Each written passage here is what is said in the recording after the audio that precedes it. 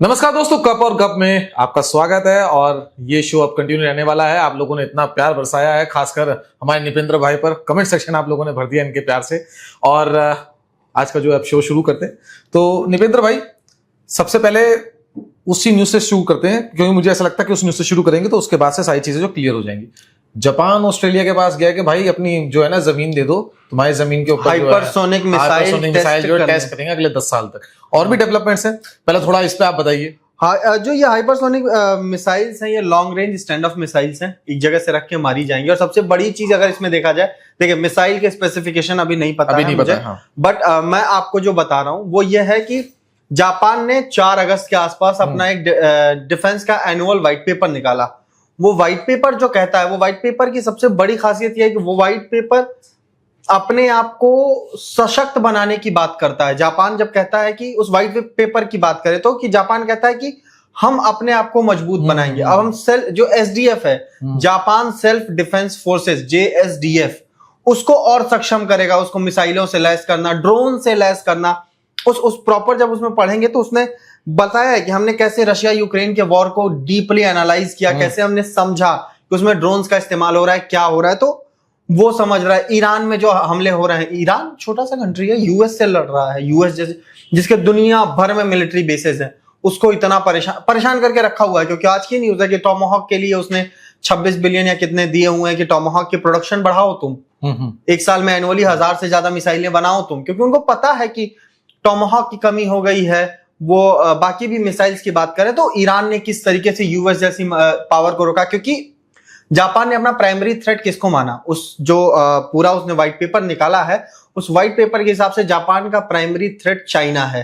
फिर वो रशिया को भी कहता है कि रशिया भी है। तो अगर आप ईरान और तो नॉर्थ कोरिया को भी मानता है। नहीं, वो क्योंकि ये तीनों देश एक साथ आसपास हैं, एक साथ हैं। नॉर्थ कोरिया बार बार अपनी मिसाइलें लॉन्च करता है तो वो जापान के टेरिटोरियल जो वाटर्स हैं उनमें मार देता है। तो करण भाई, सबसे बड़ी चीज ये जो मैं आपको बता रहा था कि उन्होंने तमाम वॉर्स जो अभी रिसेंट में हुए उनको स्टडी किए। उन्होंने बताया ये ड्रोन वॉरफेयर के, हमारे इंडियन आर्मी भी स्टडी करती है, सर बताते हैं कि तमाम देशों की फोर्सेस इसको स्टडी करती रहती हैं। वैसे ही उन्होंने भी स्टडी किया, समझा कि ड्रोन्स का क्या इंपॉर्टेंस है। और अगर हम एग्जाम्पल लेते हैं तो यूएस ईरान के सामने जितना बड़ा पावर है, उतना ही बड़ा पावर चाइना जापान के सामने है। चाइना की दुनिया की सबसे बड़ी नेवी है, इन टर्म्स ऑफ बोट्स जितनी है सबसे ज्यादा है। उसके पास मिसाइल्स बहुत ज्यादा, उसके पास अपना एक रॉकेट का प्रॉपर सेटअप है, उनके पास एक पूरा कमांड है रॉकेट का। वो तो आए दिन उसको जापान को छेड़ता रहता है। जापान, वही मैं बात कर रहा हूं। तो जापान को अगर चाइना जैसी महाशक्ति से लड़ना है, जैसे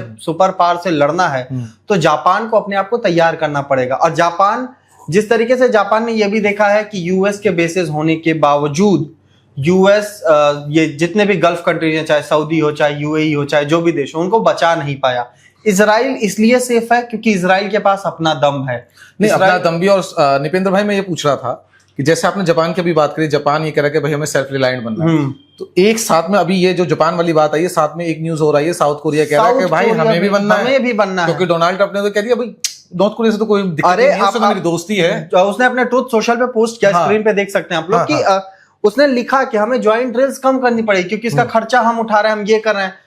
साउथ कोरिया ने बोला ठीक है भाई, आप कम कीजिए, हम भी सेल्फ रिलायंट हो। क्योंकि दुनिया, एक तो है कि दुनिया उस चीज से दूर जा रही है कि अमेरिका हमें बचाएगा। अमेरिका ने जब ट्रंप ने आते ही सबसे बड़ा फ्लैग क्या था दुनिया के पास, यूएस की सिक्योरिटी। यूएस जिस पे दम भरता था, नाटो को अमेरिका चलाता है, नाटो की सिक्योरिटी अमेरिका डिसाइड करता, अमेरिका है, American forces, NATO forces. NATO को भी गरिया देते हैं भाई। हाँ, वही बात कर रहा हूँ कि नाटो की फोर्सेस को कमांड कौन कर रहा, अमेरिकन जनरल्स आके कमांड कर रहा है। उसमें नाटो का ज्यादा पैसा लगा, अमेरिका का पैसा ज्यादा, तमाम चीजें। बट भाई ने बोला कि नहीं, तुम लोग 5% करो अपनी जीडीपी का। तुम भी, जब आप देखो, 2 ही सिचुएशंस होती है। सबसे बड़ी चीज है, अगर मैं आपको सिक्योरिटी दूं तो आप मुझे बड़ा भाई मानोगे, मैं किसी भी तरीके की सिक्योरिटी बात। अगर मैं कहूं कि आप कम कमा रहे हो, लेकिन मैं कहूं घर के खर्चे में तुम भी उतना ही दोगे, अगर मैं 10,000 दे रहा हूं, तुम भी 10,000 रुपए, तो फिर कहोगे फिर मैं बराबरी से रहूंगा ना। फिर कौन सा बड़ा भाई छोटा भाई? मैं तो कहूंगा भाई मैं तो अलग मकान ले लेता हूं, जब मेरे को देने इतने पैसे तो अलग मकान ले लेता हूं। और आप धमकी दे रहे हो अलग से, नेटो फोर्सेस में जो लोग हैं उनको डेनमार्क को धमकी दे रहा हूं ना, ग्रीनलैंड ले लूंगा, मैं ये कर दूंगा, मैं वो कर दूंगा। जापान को भी आपने बोल ही दिया। धमकी से याद है, स्टेट ऑफ हॉर्मुज़ बोर्ड लगा दिए, यूएस की नई टेरिटरी है। यूएस की वो कोई टेरिटरी नहीं बन रही, कल हमने डिस्कस किया था ना डिटेल में कि वो उस पर कुछ चला नहीं पाएंगे। अच्छा निपेंद्र भाई, मुझे ऐसा लगता है ना, कल आपने एक और बात करी थी, डी डॉलराइजेशन की आपने बात करी थी, मुझे लगता है कि इंडिया के अंदर कोई है जो जिसने भाई कल हमारी वीडियो देख ली निकल के सेम, मतलब आप सोचो कि अगले दिन ये न्यूज निकल के सामने आती है कि इंडिया ये सोच रहा है कि भाई एक ऐसा सिस्टम बनाते हैं जिसमें अगर हमने यहाँ से, मतलब मानो का अगर हमने रशिया से कोई सामान खरीदा और उसको हमने यहाँ से तो रुपये के अंदर पैसा किया, लेकिन वो ऑटोमेटिकली कन्वर्ट हो जाएगा रूबल में। तो ऐसा कुछ अब सिनेरियो पे जो है इंडिया काम कर रहा है कि भाई ब्रिक्स की जितनी कंट्री एक साथ साथ में आ जाए। हाँ, मतलब इसमें ये क्लियर है कि इंडिया ये नहीं कह रहा है कि ब्रिक्स की एक अपनी करेंसी होगी। हाँ, इंडिया कह रहा है कि चूंकि देखिए डिजिटल पेमेंट सिस्टम में, तो मैं वही पूछ रहा हूँ आपसे, कहीं ये मतलब सारी की सारी दुनिया ये चीज समझ चुकी है कि यार अमेरिका पे भरोसा नहीं किया जा सकता, वही साउथ कोरिया का काम कर रहा है, वही जापान काम कर रहा है, वही अब जो है ब्रिक्स की कंट्रीज काम कर रही है। क्योंकि जो ब्रिक्स की कंट्रीज की मैं आपको बात, ब्रिक्स की कंट्रीज में अगर बड़ी कंट्रीज का नाम लेते हैं तो कौन सा है? रशिया है, इंडिया, चाइना, ब्राजील, हाँ, साउथ अफ्रीका, यही देश है ना। उसके अलावा मतलब साउथ अरेबिया और छोटे-छोटे और भी कई देश शामिल हुए। ये जो अगर टॉप पावर्स की बात करें, ब्राजील अपने में सेल्फ रिलायंट है, इंडिया वैसे भी सिक्योरिटी और तमाम चीजों के लिए अपने पे, इंडिया ने तो सीधा आपने जो वो बनाया था इन्होंने, इंडिया, जापान, ऑस्ट्रेलिया और उसके साथ क्वाड बनाया था। क्वाड जो बनाया है था नहीं है, जो क्वाड है, मतलब वैसे धरातल पे तो जो चीज के लिए बनाया था क्वाड को वेपनाइज करने के लिए बार बार कहा अमेरिका ने, लेकिन इंडिया ने मना कर दी, क्योंकि इंडिया को पता है कि अगर हमें लड़ाई लड़नी होगी तो हम इतने सक्षम हैं कि हम लड़ लेंगे भाई। हम इंडिया ने ऑपरेशन सिंदूर में ये प्रूफ किया ना कि आप, दुनिया ने इसको देखा कि भले दुनिया ने, वैसे दुनिया के तमाम एक्सपर्ट्स ने भी इस तरीके से देखा कि ये लड़ाई आपकी केवल पाकिस्तान से नहीं हुई, टर्की ने हेल्प की, चाइना ने हेल्प की, फिर भी इंडिया ने 3 पावर से लड़ते हुए, 3 पावर मैं नहीं कहूंगा, मैं 2.5 पावर्स कह देता हूं कि 2.5 पावर, आधा पाकिस्तान बस क्योंकि मर रहे थे पाकिस्तानी या जो भी हो रहा था, पाकिस्तान के बेसिस तबाह हो रहे थे, अदरवाइज टेक्नोलॉजी कौन वो दे रहा था सपोर्ट? चाइना वाले दे रहे थे, सैटेलाइट सपोर्ट दे रहे थे, टर्की ड्रोन्स दे रहा था, टर्की ने ड्रोन्स दिए, टर्की ने अपने ड्रोन ऑपरेटिव दिए, 3 के 4 मारे भी गए थे। तो वो आपने लड़ा ना, तो इंडिया अपने दम पे लड़ा। उस टाइम इंडिया ने किससे लड़ा? इंडिया किसका सुपर पावर है? रॉकेटरी का सुपर पावर है, अग्नि की बात कर लीजिए, चाहे आप बात कर लीजिए ब्रह्मोस की, ऐसे तमाम मिसाइल वो है हमारे पास। हमारा डिफेंस सिस्टम भी उस समय मतलब आराम से उसकी भी मार्केटिंग हो गई। आकाश हमारे पास एयर डिफेंस है, S-400 हमारे पास है ही, सुदर्शन चक्र की और बात हो रही है कि हम कुछ पिछले ही आई थिंक इंडिपेंडेंस डे पे प्रधानमंत्री जी ने, पिछले इंडिपेंडेंस डे पे कहा था प्रधानमंत्री जी ने, हम ऐसा कुछ सिस्टम बनाएंगे, ऐसा सेटअप बनाएंगे जिसमें कि हम आने वाले थ्रेट्स को भी रोकेंगे, फिर वहीं से हम उसी। मैं निपेंद्र भाई कहूंगा यार अपनी कॉफी पी लो एक, क्योंकि हमारे सब्सक्राइबर ने कहा था कि भाई खाली कप रखे हुए हैं। हाँ, खाली कप नहीं भाई, ये कॉफी पी रहे हैं हम। तो निपेंद्र भाई अभी आगे चले? नहीं, मैं आपको ये चीजें क्लियर कर लेता हूं। मैं एक और बात बता देता हूं जो मैं आपको, जो आपने कहा कि ब्रिक्स में ये सिस्टम आ रहा है, ये मैं क्लियर कर देता हूं कि इसमें कोई ऐसा नहीं है कि इंडिया कोई ब्रिक्स की करेंसी को पुश कर रहा है या उसकी प्रोसेसिंग पे पेमेंट सिस्टम, मतलब ये ऐसा बनाना इंडिया का, चूंकि यूनिफाइड पेमेंट इंटरफेस जो इंडिया का है, यूपीआई, बेसिकली यूपीआई दुनिया की सबसे ताकतवर चीज है। चाहे वो कोई गोरा आए चाहे जो आए, वो यूपीआई को लेके हतप्रभ रहता है, उसको हमेशा ये शौक रहता है कि यार ये इतनी चीजें। एक पाकिस्तानी आया था, मैं एक वीडियो देख रहा था, उसमें वो पाकिस्तानी कहता है कि मैं गया इंडिया में जी, मैं एक पकोड़े वाली या चाट वाली दुकान पे गया, मैं देखा कि लोगों की भीड़ लगी हुई है, लोग वहां आ रहे हैं, खा रहे हैं, दुकानदार पैसे की बात ही नहीं कर रहा है, लोग पेमेंट कर रहे हैं, उसके बाद वहां पे मशीन में आवाज आ रही है, पैसे चले जा रहा है, वो चला जा रहा है। जब यूपीआई की बात हुई थी तो लोगों ने कहा था कि सब्जी वाले और तमाम, हम देखते हैं ना अपने ऑफिस के बाहर देखिए, तमाम फल वाले, रेडी वाले, हर जगह यूपीआई आपका अवेलेबल है।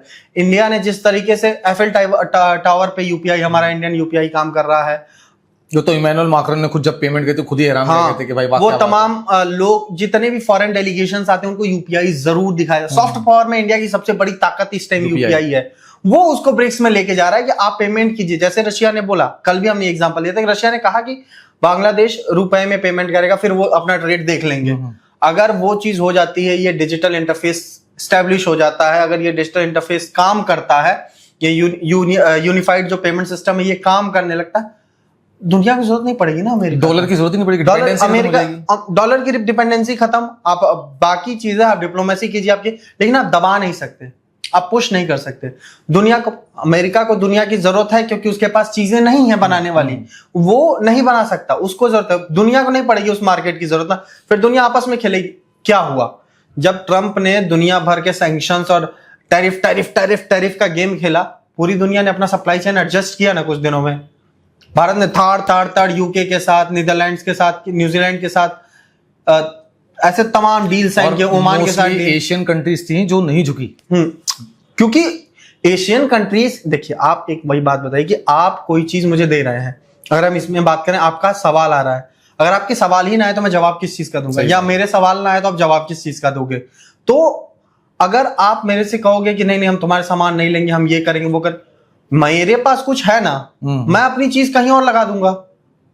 अगर मान लीजिए कि हम लोगों को ये चीज, ये काम करना है, या मेरे पास कोई एक्सप्लेनेशन है जो मैं देना चाहता हूं, आप कह रहे हैं मैं सवाल नहीं पूछूंगा, मैं दूसरे तरीके से वो जवाब दे सकता हूं ना कहीं मुझे वो चीज घुसानी, मैं वो चीज दूसरे तरीके से ला सकता हूं। आप कह रहे हो कि मैं बड़ा कप नहीं दूंगा आपको, मैं छोटे कप में पी लूंगा भाई, मुझे तो काम करने और मुझे मैं छोटे छोटे कप में मैं 3 कप चाय कॉफी पी लूंगा बैक टू बैक।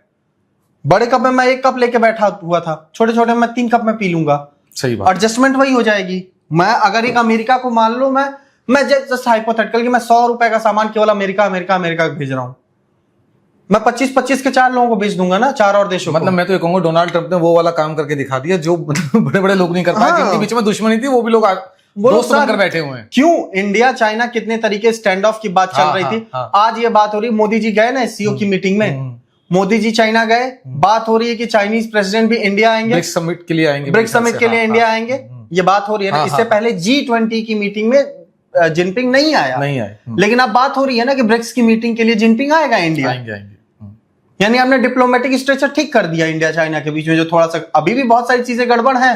अरुणाचल के 27 लेवल पे नहीं है जो हम 2020 के मतलब टाइम उस टाइम पे देख रहे थे। अभी आपने बहुत सही कहा, क्योंकि थैंक्स टू ट्रम्प ने ये करवा दिया। यूएस के कितने थिंक टैंक्स ने ये बोला है कि ट्रम्प ने चाइना, रशिया, यूएस को, ये जो ट्रॉइका है रिक वाला, रशिया इंडिया चाइना वाला, रशिया तो इस पे काम कर भी रहा है कि भाई रशिया इस पे काम कर रहा है, उठाते हैं इसको, वो आप चाइना उसको सेट कर दिया ट्रम्प के कारण। ये आप आपस में आ गए। आपने वो तस्वीर देखी होगी, वो जो एससीओ समिट की थी, जब जिनपिंग उसके बाद जिनपिंग खड़ा है, पुतिन खड़े हैं, मोदी जी खड़े हैं, वहां पे हंसी मजाक चल रहा है। आपने तो जो स्ट्रेन्ड रिलेशनशिप थी उनको नॉर्मल करने, उसके बाद ही तो प्राइम मिनिस्टर मोदी जी की तारीफ करने लग गए थे। चलिए निपेंद्र भाई आगे बढ़ते हैं। तो निपेंद्र भाई अब नेपाल की बात कर लेते थोड़ी। नेपाल में हमारे आर्मी चीफ गए, उनको जनरल रैंक से मतलब ऑनर किया गया। अब ये तो काफी कम लोगों को पता है कि भाई ये काफी पुराना ट्रेडिशन है मतलब दोनों आर्मीज के बीच में। लेकिन जब आप देखते हो कि भाई पॉलिटिकल कंडीशन जो है अभी दोनों देशों के बीच में ऐसी, लेकिन उसी समय अगर देखे जाए तो भाई मिलिट्री टाइज आज भी वैसे के वैसे ही, इसको कैसे देखते हो? नहीं, ये मिलिट्री टाइज और पॉलिटिकल भी कुछ ऐसा गड़बड़ नहीं दिखती है मुझे। वो पॉलिटिकल लीडरशिप चेंज होने के साथ, बट जो इंडिया और नेपाल के जो डिप्लोमेटिक रिलेशन है, ये जो भी चीजें हैं, पशुपति, बार बार गौरव सर की बात जब आती है तो बार बार वो कहते हैं ना कि पशुपतिनाथ का मंदिर है वहां पर, हमारे टाइज जुड़े हुए हैं, माता जानकी का घर है वहां पर, बिल्कुल। तो वो कभी गड़बड़ नहीं है। और ये इंडियन आर्मी चीफ जनरल धीरज सेठ को वहां का ऑनररी आर्मी जनरल रैंक दिया गया है। वाइसे वर्षा जो नेपालीज आर्मी के चीफ हैं करंट में, उनको भी इंडियन आर्मी का ऑनररी चीफ का रैंक दिया गया है। तो ये चला आ रहा है, जो भी नया नेपालीज आर्मी में अगर कोई नया आर्मी चीफ आता है वो इंडिया आएगा, प्रेसिडेंट उसको, करंटली प्रेसिडेंट हमारी द्रौपदी मुर्मू जी हैं, वो उसको ऑनररी रैंक देंगी। जनरल इससे पहले जो थे हमारे जनरल उपेंद्र द्विवेदी सर, या उनसे पहले जनरल मनोज पांडे सर, सब ये ट्रेडिशन चला रहा है, इसमें कोई बड़ी चीज नहीं है। ये नहीं निपेंद्र भाई, मेरा कहने का मतलब ये है कि जैसे चाइना का इन्फ्लुएंस, चाइना अपना इन्फ्लुएंस काफी बढ़ाना चाह रहा है, तो कुछ तो मैसेज जा रहा होगा ना चाइना को भी। नहीं, वो रिश्ता ऑब्वियसली ये पता है ना कि मिलिट्री रिलेशंस जो हैं आज भी उतने ही मजबूत है और वो कभी कम नहीं होने वाले हैं। तो वो एक हमारा रेगुलर प्रैक्टिस है और वो चलती रहेगी फिलहाल के लिए। अच्छा, तो अब नेक्स्ट टॉपिक पे चलते हैं, मुझे लगता है कि लास्ट ही होने वाला हमारा। अच्छा निपेंद्र भाई, सीरिया के अंदर ना कुछ मतलब न्यूक्लियर वाली चीज मिली, तो वहां के जो फॉरेन मिनिस्टर हैं उन्होंने खुद ही बताया, जो एजेंसी मतलब ये सारे मतलब सर्विस कंडक्ट करती है कि वहां भाई क्या चीज है, तो वहां पे मिल गया। पहले भी एक साइड पे इनके मिला था, तब जो पहले रिजीम थी वो इकट्ठा कर रही थी, अब दूसरी जगह भी कर रही होगी। तो अब उनकी जो स्टेटमेंट ये आई है कि भाई हमने तो बताया था, लेकिन अभी जो है ना मतलब ऐसा कोई थ्रेट नहीं है, तो ये जो न्यूक्लियर वाली जो चीज मिली है वो सिविल एनर्जी के लिए, अभी यही मिनिस्टर हैं उनके मिनिस्टर हैं, फॉरेन मिनिस्टर हैं असाद अल शिबानी, जो ये अहमद अल शरा की सरकार करंटली वहां पर है। उसके मिनिस्टर उन्होंने कहा कि मिला, हमने IAEA को बुलाया, जो UN की बॉडी है, एटॉमिक एनर्जी, एटॉमिक उस पर नजर रखती है, उनको बुलाया, उनको दिखा दिया और ये यहाँ पे रहेगा। ये सीरिया का नहीं है, ये पहली बात तो क्लियर है। ये किसका है ये मुझे नहीं पता, बट मैं एक चीज और बोल दूं कि वहां पे ईरानियन फोर्सेस थी, वहां पे रशियन फोर्सेस थी। ये हो सकता है किसी का हो, जो पहले रिजीम था, जो असाद के टाइम पे वहां पे था, वो छोड़ के चले गए। जो बशार अल असद की बात कर रहे हैं, तो वो थी वहां पे। तो अगर वो वहां से निकल गए, छूट गया, रह गया, या जो भी है, या बशार अल असद खुद इकट्ठा कर रहा था चोरी छिपे, या ईरान जो अपना यूरेनियम एनरिच कर रहा है उसका कुछ हिस्सा रखा हो, वो अलग चीज है। बट उन्होंने कहा कि वो रहेगा और वो सिविलियन एनर्जी के लिए इस्तेमाल किया जाएगा। अब वो कितना सही है, बट उन्होंने IAEA को दिखा दिया है। मतलब अगर मैं बात करूं, ईरान ने तो ऐसा नहीं किया, ईरान ने मना कर दिया, हम नहीं दिखाएंगे IAEA को कुछ। तो उन्होंने बोला कि हमने दिखा दिया जी, अब हम इसको सिविलियन एनर्जी के लिए यूज करेंगे, सिविलियन जो हमारी जरूरतें होंगी उसके लिए इस न्यूक्लियर एनर्जी का इस्तेमाल। और IAEA भी मान गया इस चीज के लिए। हाँ, अब माना है कि नहीं माना, मैं इस चीज को लेकर श्योर नहीं हूं, मैंने अभी नहीं पढ़ा है। बट यही है कि ठीक है, अगर आपके पास न्यूक्लियर एनर्जी, क्योंकि सऊदी अरबिया भी तो मांग रहा है ना न्यूक्लियर, UAE के पास है अपना, तो ठीक है, वो उनके ऊपर है। अगर वो नहीं देना चाहते हैं, वो एक सॉवरेन नेशन है, वो दें ना दें, अगर UN कहेगा लेना चाहेगा वो ले भी लेगा। तो ईमानदारी से बता ही दिया पहले ही कि भैया, ईमानदारी और बेईमानी की बात अलग है, बट हाँ उन्होंने बोला हमारे पास है, ये आइए आप चेक कर लीजिए, हम किसी को नहीं देंगे, दैट्स इट। ये एक सीधा सीधा मैसेज है कि we are a sovereign nation, हमारे पास है तो है, हम इसको लेके इस्तेमाल करेंगे। किस लिए इस्तेमाल करेंगे? ये चीज के लिए, सिविलियन यूज के लिए इस्तेमाल करेंगे, एनर्जी डेवलप करने के लिए, या जो भी चीज है उसके लिए इस्तेमाल करें, दैट्स इट। उसके अलावा कोई है नहीं। तो दोस्तों, मुझे लगता है कि जैसे कल आप लोगों ने शो एंजॉय किया था, कल का फॉर्मेट भी आपने देखा था, आज का फॉर्मेट भी आपने देखा है, सजेशंस आपने भर भर के दिए थे। सजेशंस जो हैं फिर सजेशन दीजिएगा। अब शो का नाम कप और कप हो गया है, तो इस शो को जैसे आपने प्यार दिया वैसे ही प्यार देते रहो। निपेंद्र भाई, मुझे अभी भी याद है जब निपेंद्र भाई आपका प्यार देख रहे थे तो हल्के हल्के से कुछ इमोशनल भी हो गए थे कि यार, अरे मतलब मजा आ गया।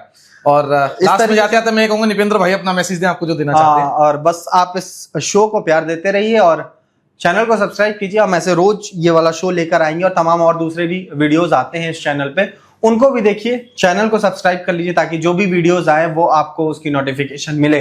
बेल आइकन को जरूर ऑन कीजिएगा और अगर ये वीडियो आपको पसंद आया हो तो इस वीडियो को लाइक कीजिएगा, शेयर कीजिए अपने दोस्तों में ताकि वो भी देखें, वो भी अपने फीडबैक्स दें और आप भी अपने फीडबैक्स कमेंट बॉक्स में जरूर दीजिएगा। तब तक के लिए हम चलते हैं। जय हिंद, भारत माता की जय।